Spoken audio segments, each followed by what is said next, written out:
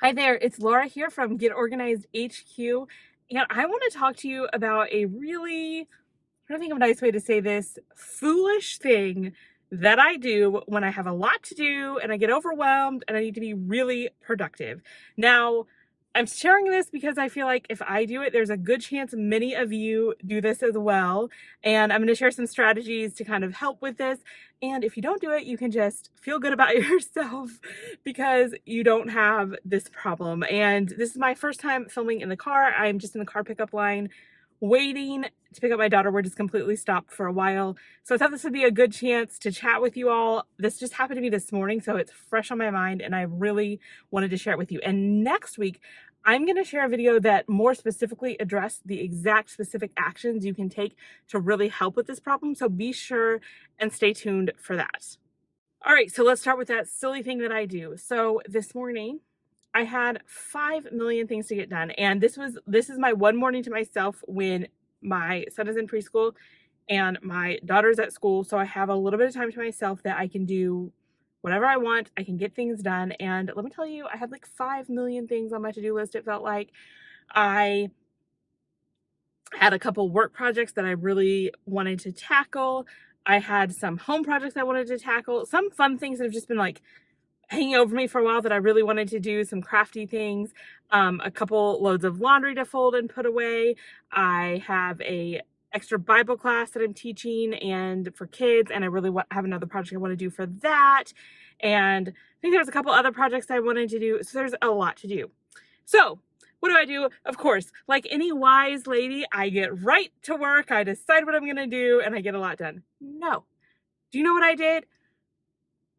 Let's see what's new on Facebook. Did anybody post anything new? I'm hungry. I need a snack. 12 minutes later, I probably need another snack. Is this a good time to reorganize underneath the bathroom sink? I mean, I've been really wanting to do that for a while. Surely I need to do that right now. And possibly, should I dust each spindle of the railings going down the stairs? Maybe this is a good time to do that. Do you ever do that? Like, you have 5 million things to do. So what do? Absolutely none of them. Instead, you maybe piddle around, kind of mess with something, get a bunch of snacks, check Facebook, work on some really obscure project that no one really cares about. Okay, now, maybe I'm the only one. And if so, good for you.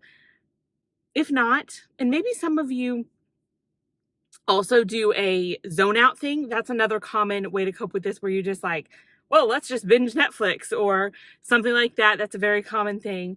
But think about why we do this. Like, why would I do this? I mean, I'm a fairly reasonably intelligent person. It's not that I think that this is somehow going to help me. The reason is that as soon as I decide this is the project that I'm tackling right now, this is the one I'm focusing on. Like maybe I say, I want to do this work project. I want to get this course curriculum, like get as far as I can writing it for work. And when I decide that I'm going to do that, that is effectively deciding not to do any of the other things, like at least not right now.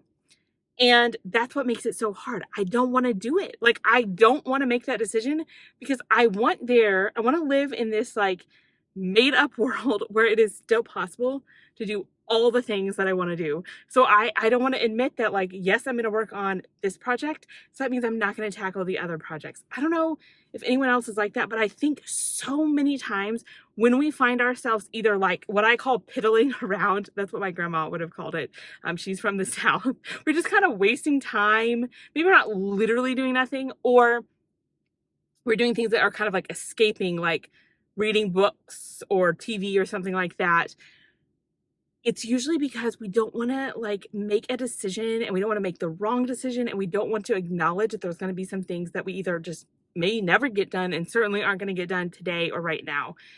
And I think just understanding that and looking at things with that lens is going to help already tremendously with putting an end to this kind of silly behavior. So sometimes when this happens, I start to get like really frustrated. Like, I'm feeling overwhelmed. There's a lot I need to do.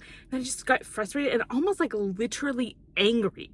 I just feel this like anger and I'm ready to snap. Or for me, I cry over the silliest things. And this is when I know, okay, we've got a problem. We need to reset. And this comes from feeling like I just can't do it all. And instead, it's a very simple reframe, but it makes all the difference. Instead of like sitting in that frustration and whatever those negative emotions are, I stop and I think like, what is really going on? I have so many things I want to do and I can't do them all. But the fact that I have so many things that I want to do, that I'm capable of doing, that I'm good at doing, many of the things are because of like my literal blessings. Like I have a nice big home to take care of. I have wonderful children to take care of. I'm blessed to be a part of a wonderful church where I get to teach kids Bible classes. I'm blessed to have a thriving business where I have a lot of projects that I can tackle in that business. When I think about it that way, that like, actually this is a wonderful problem to have too many things that I'd love to get done. It's much better than if I didn't have all those things to worry about. Like if it was just worrying about survival, or if I didn't have so many things. This is actually a huge blessing. That reframe, and literally, if you're really, really struggling with this, like sit down and write out a gratitude list. I don't care if you keep the list or not, but that helps a lot, because whatever you're doing after that is going to be coming from a place of like gratefulness instead of a place of frustration. And everything is going to go better when you come from that place of gratitude. So that's the first thing I like to do after I've recognized what's going on. The next thing is obvious, but don't try to do it all, and don't try to multitask. So once I realized this was going on, what I didn't do was try to work on 3 things at once. Like that's just not going to be effective. Instead, I said, what is the next thing that I need to do right now? And I based that on like importance. Like obviously cleaning under the bathroom sink was not of great importance or urgency, but I had a thing that was due later that evening that was really important. So I said, I'm going to sit down and work on it until I get finished. Now by finished, I either mean if it's a smaller thing that takes 20, 30, 45 minutes, until it's literally done. Like I'm not worrying about anything else until this thing is done. Or if it's something that's like an ongoing project, like maybe you're, I don't know, writing a book, or you're cleaning out a basement that's going to take, huge mess. Then you say, I'm setting the timer for 30 minutes and I'm going to focus on this and nothing else. And by doing that, obviously you're going to accomplish something because you're going to focus on it. And also you're going to feel so much better and less stressed while you're doing it. So that's the second thing that I like to do when I start feeling like this. The third thing that I like to do is something that I call a brain dump, where I just get everything that I'm thinking out on paper.